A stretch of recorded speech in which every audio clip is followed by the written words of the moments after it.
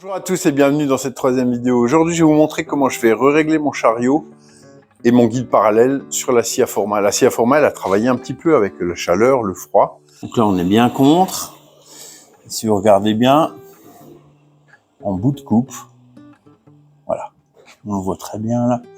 On arrive à un bon gros millimètre, quoi. Pour le guide de tronçonnage, donc là, on va utiliser la méthode des 5 coupes. J'ai préparé un bout de panneau et je vais vous montrer comment on règle le guide perpendiculaire aussi.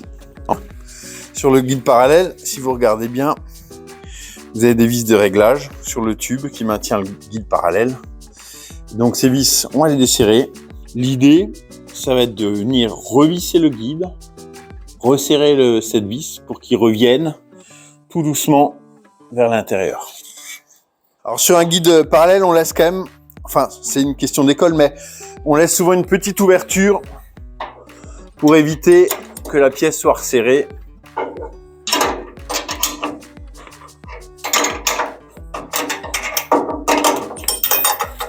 Alors moi j'ai pas de petite cale de mécanicien. Si vous avez des petites cales de mécanicien, ça peut être pas mal. Ce que je vais faire moi, j'ai des petites cales de toupie de 2/10. Et ben je vais mettre ma petite cale de 2/10. Et c'est ce qui va me permettre de garder le jeu. Voilà, donc maintenant, la difficulté, ça va être de resserrer ces écrous sans contraindre à nouveau le tube. Et donc, il va falloir y aller petit à petit, sans forcer. Je vais essayer de bien resserrer mon contre-écrou sans que l'autre ne bouge. Il faut pas grand chose, hein. Ça se joue vraiment à pas grand chose. Hein. C'est pas à peine de serrer comme un bourrin non plus, ça sert à rien. Alors, voyons voir. Donc là, on a bien. Donc là, j'ai bien mon petit jeu là de 2/10. Et si je recule, j'arrive en contact tout doucement, mais sans forcer. Donc là, je vais décaler mon dispositif pour être sûr de mon réglage sur la 3e longueur du guide. Je mets en contact, je serre. Je mets un petit serre-joint pour être sûr que ça ne bouge pas.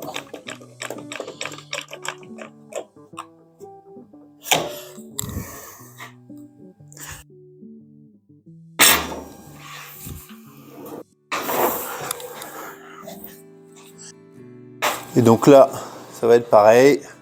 Je suis bien en contact au départ. Et sur la fin, voilà, sur la fin, j'ai un petit peu plus. Donc je vais le resserrer un tout petit peu. C'est incroyable hein, de se dire que malgré la section du tube, là, on arrive quand même à avoir un petit fléchissement. Hein. Pas grand chose, mais ça suffira. Donc là, j'ai bien mes 2/10 là-bas. Je recule. Mon bâton se déforme, donc c'est qu'il est trop contre. Donc là, je vais me reculer un tout petit peu avec le guide micrométrique. Donc en avançant, que j'ai toujours mes 2/10. Parfait. Parfait. Voilà. Donc pour le guide parallèle, c'est réglé. Avant de couper mes laminées, je vais changer ma lame. Ça, c'est une lame à massif. C'est une lame de débit avec des grosses dents qui permettent d'évacuer beaucoup de copeaux, quoi. Ça, c'est une lame qui permet, par exemple, de déligner du bois. Donc là, je vais la démonter et ça va me permettre de vous montrer aussi comment on remonte une lame. Donc là, je démonte ma lame. Pour éviter de la cogner, je la fais glisser contre mon axe. Je la sors et je la pose sur un support non métallique. Il faut faire attention à ça. Chaque plaquette de la lame est brasée. Si vous cognez une plaquette, elle peut se fissurer, voire se casser. Et si vous en rendez pas compte, eh ben, lors de la coupe, elle peut voler. Et après, forcément, vous pouvez être blessé ou elle peut partir je sais pas où, quoi. Là, je vais vous montrer. C'est une lame à gouge. Chaque dent est un peu creusée à la manière d'une gouge. Et Cette petite gouge permet de couper en premier les côtés du panneau mélaminé et éviter les éclats. Pour la remettre dedans, je prends appui sur mon axe, je fais glisser ma lame et je la mets en place. De cette manière, vous ne cognez jamais votre lame. Je remonte ma rondelle pour resserrer. Système inverse, hein. Je mets ma clé. Je prends mes deux clés, je les pousse en même temps. Je serre modérément, hein. C'est pas la peine de serrer trop fort non plus. Hein. Alors je sais pas vous, mais moi je mets systématiquement ma cape de protection sur ma lame pour deux raisons. La première, c'est que ça aspire beaucoup mieux. Vous avez une qualité d'aspiration qui est bien meilleure avec la cape d'aspiration en place. C'est la première raison. La deuxième raison, c'est qu'au niveau sécurité, alors dans le mélaminé, c'est des petits bouts, il n'y a pas de nœuds, il n'y a pas de soucis de morceaux qui vont partir, mais si vous avez du bois massif par exemple, qui a des petits nœuds, ces nœuds peuvent vous revenir vers vous, vers le visage, et vous pouvez vous blesser. Et l'autre partie sécurité encore, c'est que, je sais pas, admettons que j'ai un malaise, j'ai quelque chose qui se passe pas bien, ma main est quand même protégée en partie par la cape. Le réglage de la hauteur de coupe. Alors pour faire simple, moi c'est environ 2 dents au-dessus du matériau. Alors la logique des 5 coupes, c'est que je vais couper une première bande, une deuxième, une troisième, une quatrième. Et quand je vais revenir sur ma première, ça va être aussi ma cinquième. Les défauts de perpendicularité du guide vont se répercuter. Je sais pas, admettons que sur le premier, j'ai un petit millimètre de défaut de coupe. Sur le deuxième, comme je vais me réappuyer dessus, je vais avoir mon premier millimètre plus un deuxième. Ainsi de suite. Arrivé à la cinquième coupe, je vais me retrouver avec forcément les 5 défauts de perpendicularité. Et ça va me donner la valeur à corriger. Donc la correction se fait chez moi ici. Et j'ai cet écrou ici qui me permet d'avancer ou de reculer. Donc cette butée, elle est montée comme on le voit sur un ressort.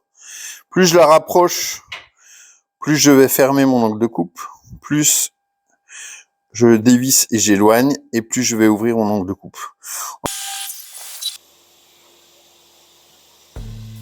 Je me réappuie sur le morceau numéro 1.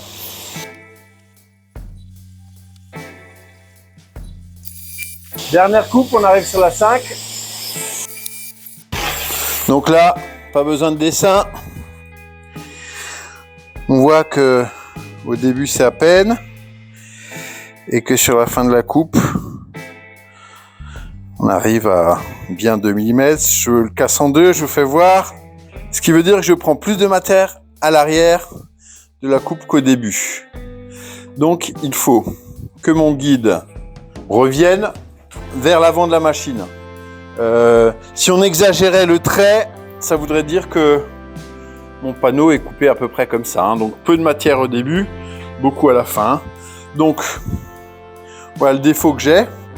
Moindre, mais voilà le défaut que j'ai. Il faut donc que mon guide perpendiculaire revienne vers ici. Il faut y aller vraiment petit à petit. Hein.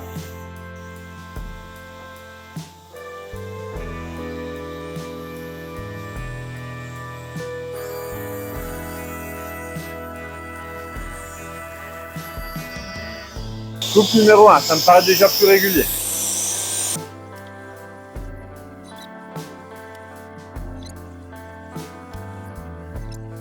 Numéro 5.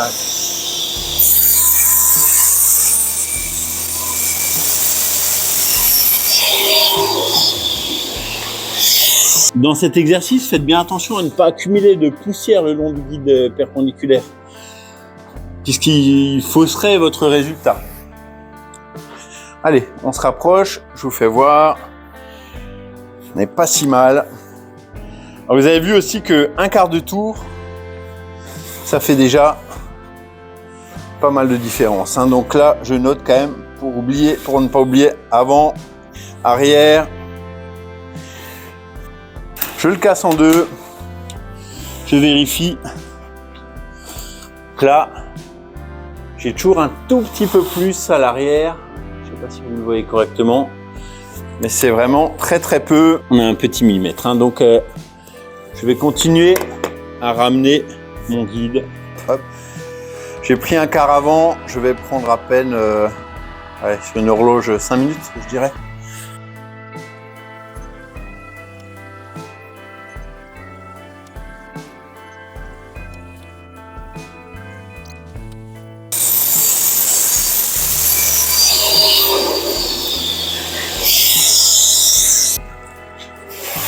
Je renote à nouveau, avant,